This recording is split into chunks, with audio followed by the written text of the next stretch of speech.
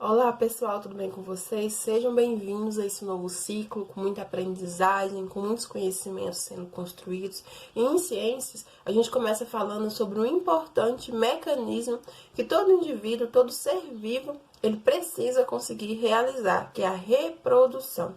A reprodução, pessoal, é o processo, é o mecanismo no qual um organismo ou dois, geralmente de sexos diferentes, através de vários processos importantes, eles vão gerar um novo indivíduo, sendo que este indivíduo vai carregar os caracteres hereditários dos seus progenitores, dos organismos que deram origem a ele.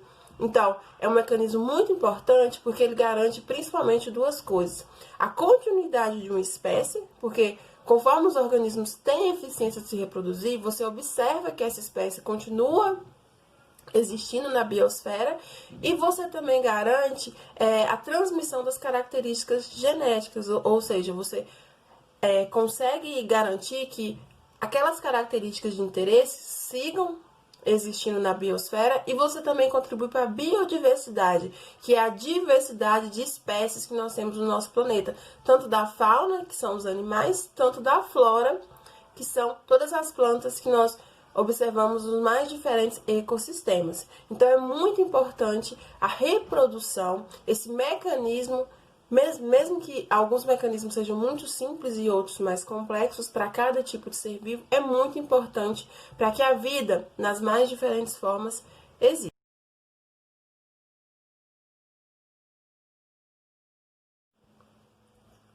Então vamos lá. Quando nós falamos em reprodução, nós temos dois tipos de reprodução que vão ocorrer nos mais diferentes tipos de seres vivos, sendo alguns mecanismos mais simples, mais rápidos e outros mais complexos. Então vamos lá. O primeiro tipo de reprodução é a reprodução assexuada. O A na biologia, ele é referente a não. Sexuada é referente ao sexo. Então a reprodução assexuada não precisa acontecer uma característica, um mecanismo essencial na reprodução sexuada, que é a fecundação. Ou seja, na reprodução assexuada, eu tenho um indivíduo que sozinho consegue gerar uma nova vida. Pode ser por brotamento, pode ser por cisparidade ou bipartição, pode ser por esporulação. Eu tenho vários tipos de reprodução assexuada.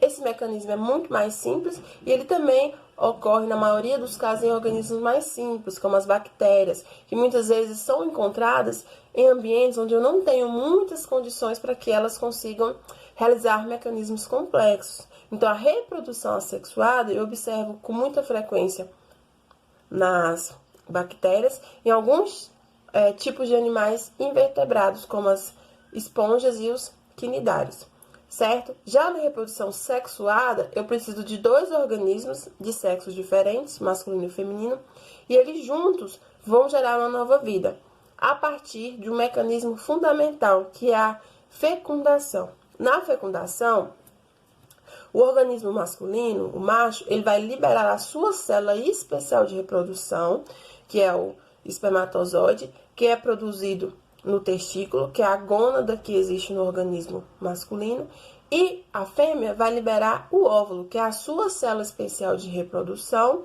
que é produzida no ovário, que é a sua gônada. Gônadas são as regiões onde são produzidas essas células especiais de reprodução.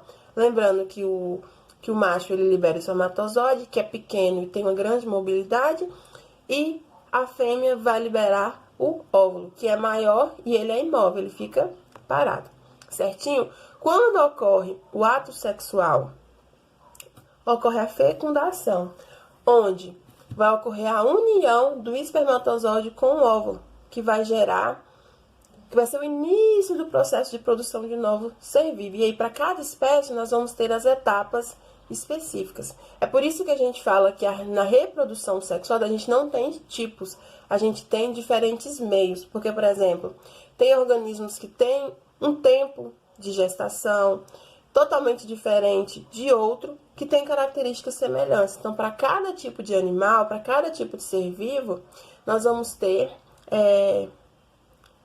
etapas diferentes no processo de geração de um novo ser vivo. E na reprodução sexuada, nós observamos esse procedimento em vários tipos de animais e também em plantas. Lembrando que nas plantas, em alguns outros seres vivos, nós observamos a alternância de gerações. O que é isso? Que eles vão alternar entre uma fase sexuada e uma fase assexuada.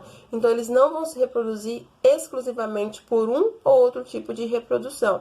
Eles vão utilizar esses dois meios, muitas vezes de acordo com as características de onde eles estão. Então, por exemplo, se uma planta, uma espécie está no meio e naquele momento é mais fácil para ela se reproduzir sexuadamente, ela vai fazer assim. Se em contrapartida, em outro momento do ano, por exemplo, for mais fácil para ela se reproduzir assexuadamente, é isso que ela vai fazer. Então, vamos lá, pessoal. Quando a gente fala de reprodução sexuada, um ato fundamental precisa acontecer para que um novo ser vivo seja gerado, que é a fecundação, que é a união do óvulo, que é a célula especial de reprodução feminina, com o espermatozoide, que é a célula especial de reprodução masculina. Lembrando que a única função delas é essa. Então, elas vão existir, vão ser produzidas basicamente para essa finalidade. Onde que elas são produzidas? Nas gônadas. São as regiões onde elas vão ser produzidas e armazenadas até a sua liberação. A gônada do homem é o testículo, é lá que serão armazenados e produzidos os espermatozoides, e no organismo feminino será no ovário, certinho?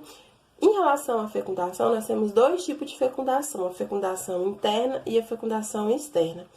A fecundação externa é a fecundação interna é a fecundação que ocorre dentro de um dos seres vivos envolvidos na reprodução, geralmente no organismo feminino, como a gente observa, por exemplo, na espécie humana e em vários mamíferos. Uma exceção é o cavalo marinho, onde o desenvolvimento dos novos seres vivos acontece no corpo do cavalo marinho macho, mas na maioria dos outros casos sempre vai acontecer no organismo na fêmea. Já a fecundação externa é a fecundação que vai acontecer fora dos organismos envolvidos no ato. Por exemplo, algumas espécies de peixes. O que eles fazem? O peixe macho libera o seu espermatozoide na água e o peixe fêmea libera o seu óvulo na água. E a fecundação, que é essa união, vai acontecer na água. E o desenvolvimento desses novos peixes também vai acontecer na água. Então, é um exemplo muito comum de reprodução, de fecundação externa, que acontece na água. Porque o meio aquático, a água, também tem muitos nutrientes que vão ser importantes para que esse desenvolvimento aconteça. E aí, pessoal, vocês têm que ter muito fixos na cabeça de vocês quais são os tipos de reprodução. Lembrando que a reprodução sexuada não tem tipos.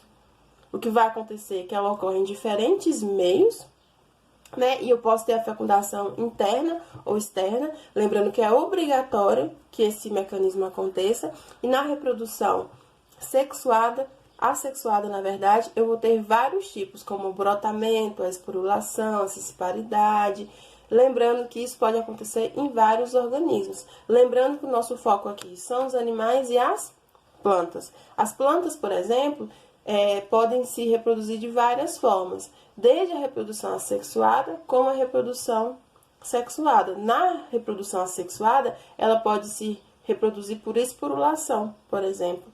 E na reprodução sexuada, ela pode ter diferentes formas de reproduzir de acordo com a espécie. Lembrando que ela também pode usar a alternância de gerações. Espero que vocês tenham entendido. Qualquer dúvida, nós discutimos durante a semana. Até mais!